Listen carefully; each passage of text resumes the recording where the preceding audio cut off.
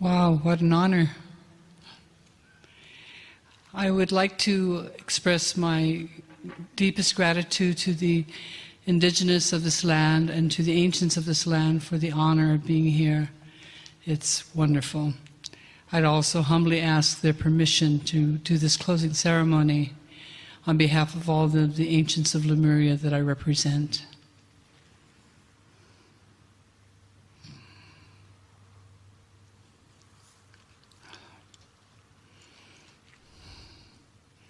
I would like to offer you a prayer. I offer it to you with the love and light of my ancestors. I'm going to do it in Hawaiian and then in English. E ho mai I ke ko alo a me I ka mana panui. I ke aloha a me I ka haoli. I ka malu a me I ka laulea. I ke ola a me I ka pa'a. I ka ponohana a me I ka vaivai.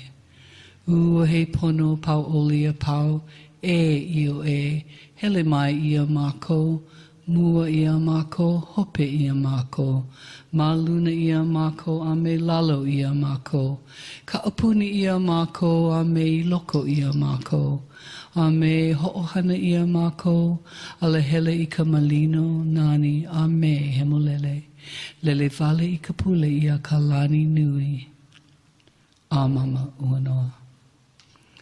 May the presence and the power, the love and the joy, the peace and the happiness, the health and the wholeness, the success and the abundance, all of the infinite good that our most sacred Creator is, go with us, before us, behind us, around and within us, and make smooth, beautiful and perfect our way.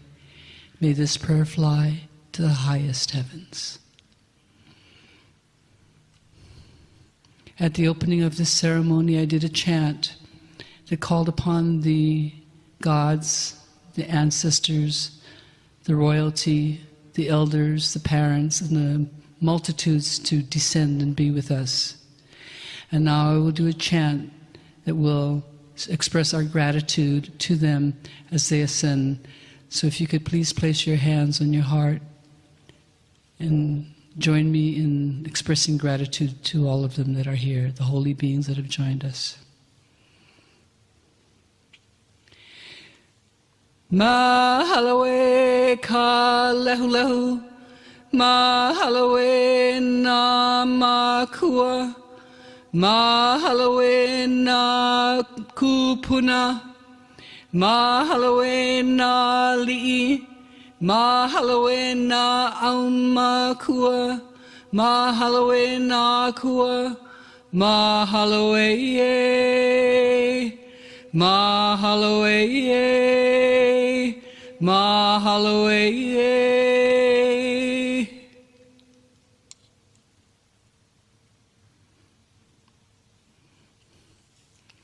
With all of the love in my heart, I thank you for what you have given me with the beautiful light that all of you carry. You are magnificent.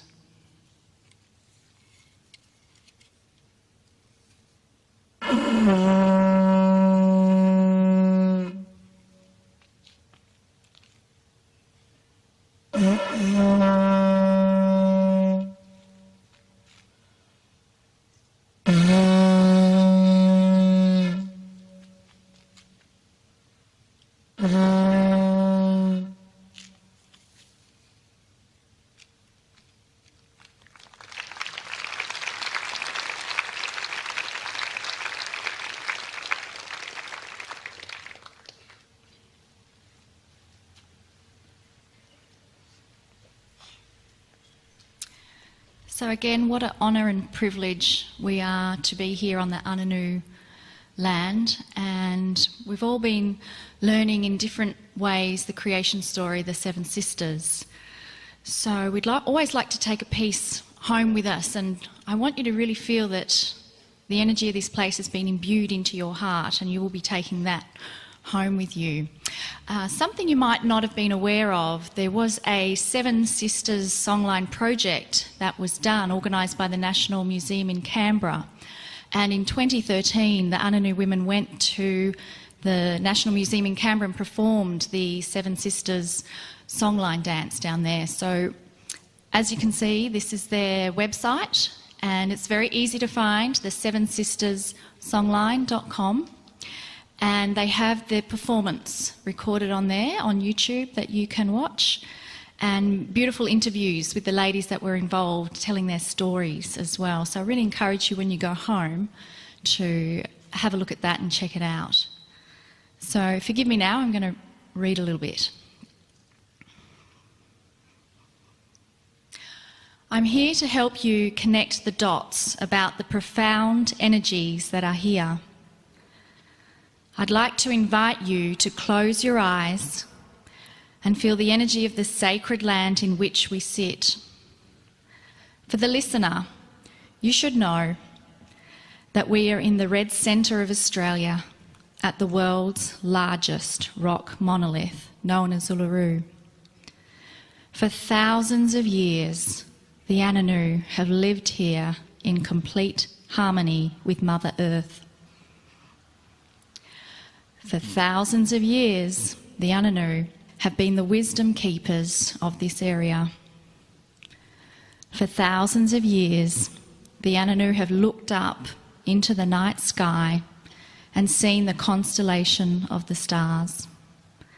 Their creation story is that of the Seven Sisters, and for thousands of years, the Seven Sisters songline has been sung upon the width and breadth of the Australian continent. The Ananu culture is still alive and may possibly be the oldest living culture in the world. Kryon has spoken of their lineage and the purity that they carry within their DNA. Kryon has also told us that our spiritual parents are the Pleiadians, and they visited Earth on purpose with sacred design to start what we would call the spiritual seeding of humanity. This involved many events that happened simultaneously. Humanity has evolved in a unique way compared to everything else around us. The Pleiadians came to give us their DNA, which is the DNA of the cosmos. Portions of our DNA have been fused, which has created 23 pairs of chromosome instead of the common 24. At the same time that the Pleiadians seeded humanity, they also created the grids of the planet, including the consciousness of Gaia. As part of the sacred design given to us by the Pleiadians, time capsules were placed within our DNA, Gaia, and the whales and dolphins. These time capsules are all part of a help system that Kryon calls Fast Track to Enlightenment. The premise has always been that these time capsules would only become activated and released if humanity should ever reach a certain vibration. This vibration is a direct measurement of our collective consciousness. In 2012, we passed the marker where humanity was overwhelmingly choosing love and compassion instead of hatred and war. Don't be fooled by the small demographic pockets of humanity that are still stuck in a lower consciousness. They are the minority, but because they are so invested in an old energy, they are doing all they can to hold on to their fear and darkness. But fear and darkness cannot exist in the light. When the Pleiadians came to Earth, they put themselves into a quantum state all over the planet in various areas, but especially within the time capsules of Gaia. These time capsules are represented by 12 major nodes and nulls that work together as a polarised pair. Energy was set in these places so that if humanity should ever make it to a higher consciousness, these places would release information for the individual human being as well as for the whole planet. And there is sacred geometry within these pairs. These 12 time capsules are found on sacred land, creating a push-pull energy for the planet and a system of evolutionary change if activated.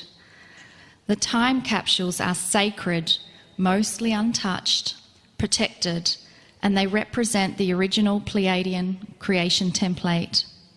Uluru represents one of the 12 sacred sites where the time capsules exist. For over 40,000 years, the Ananu have carried this lineage within their DNA. Kryon has described their DNA as being only one step removed from the Pleiadians, making them seers of the earth in a way that is difficult to describe. They have remained pure due to their remote location and isolation on the planet. The other 11 sites have had populations whose bloodlines have become diluted and dispersed through free choice. These 12 time capsules have been designed to receive the push-pull energy that is being transmitted from the great central source. However, it was only after 4 time capsule pairs were identified, opened and released that these transmissions could be broadcasted to humanity via the grids. During Dr. Todd Overkaity's creation choir, Kryon identified the 5th time capsule, which has now been activated and joined the others in broadcasting spiritual information to the grids. This time capsule is represented by Uluru, a node, and Mount Logan in Canada, the knoll. These 5 time capsules are now enhancing the delivery of new tools towards spiritual evolution. I'd like to honour our ancestors, the Pleiadians, who hold the blueprint of life and the creation templates, which they imbued into us and into Gaia. I would like to honour the Ananu for their knowledge and wisdom and for their role as guardians of this sacred land. And finally, I would like to honour all of you seated here in front of me and listening to my voice for being here now in the years that matter. Together we're building a bridge to create a new normal, a new earth that is filled with love, compassion, tolerance, integrity, and action to go behind those words. Indeed, we are planting the seeds of peace, one magnificent human being at a time. Thank you.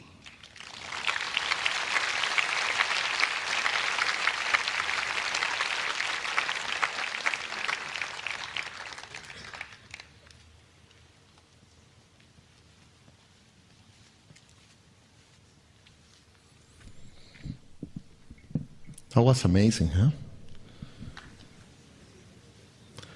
On the first day, I mentioned that that we went to Mexico to Maya land and learned quite a bit about the wisdom that this civilization has, even nowadays, about cycles over cycles over cycles. Then the next Kryon Gaia Global Consciousness Retreat took us to Easter Island, and we learned about the journey of almost destroying themselves. They almost went extinct by fighting with each other. And in their little island, to them that was the entire world. They knew there were other civilizations somewhere, but being so far away from any other piece of land, that was the world for them. So it's, at a certain level, it's like a microcosmos of the macrocosmos, and they decided to do something. So they found a way to share power and to learn from each other. And it's a beautiful story, and it's true.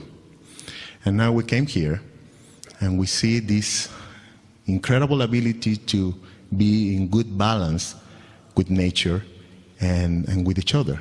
This wisdom that is here.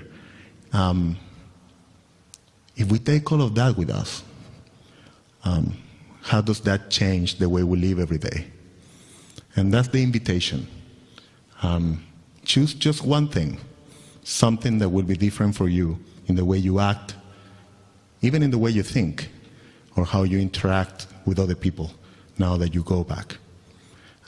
That's what we would like to offer to everyone who comes and who joins one of these adventures. So thank you, love you all, and see you the next time. Thank you.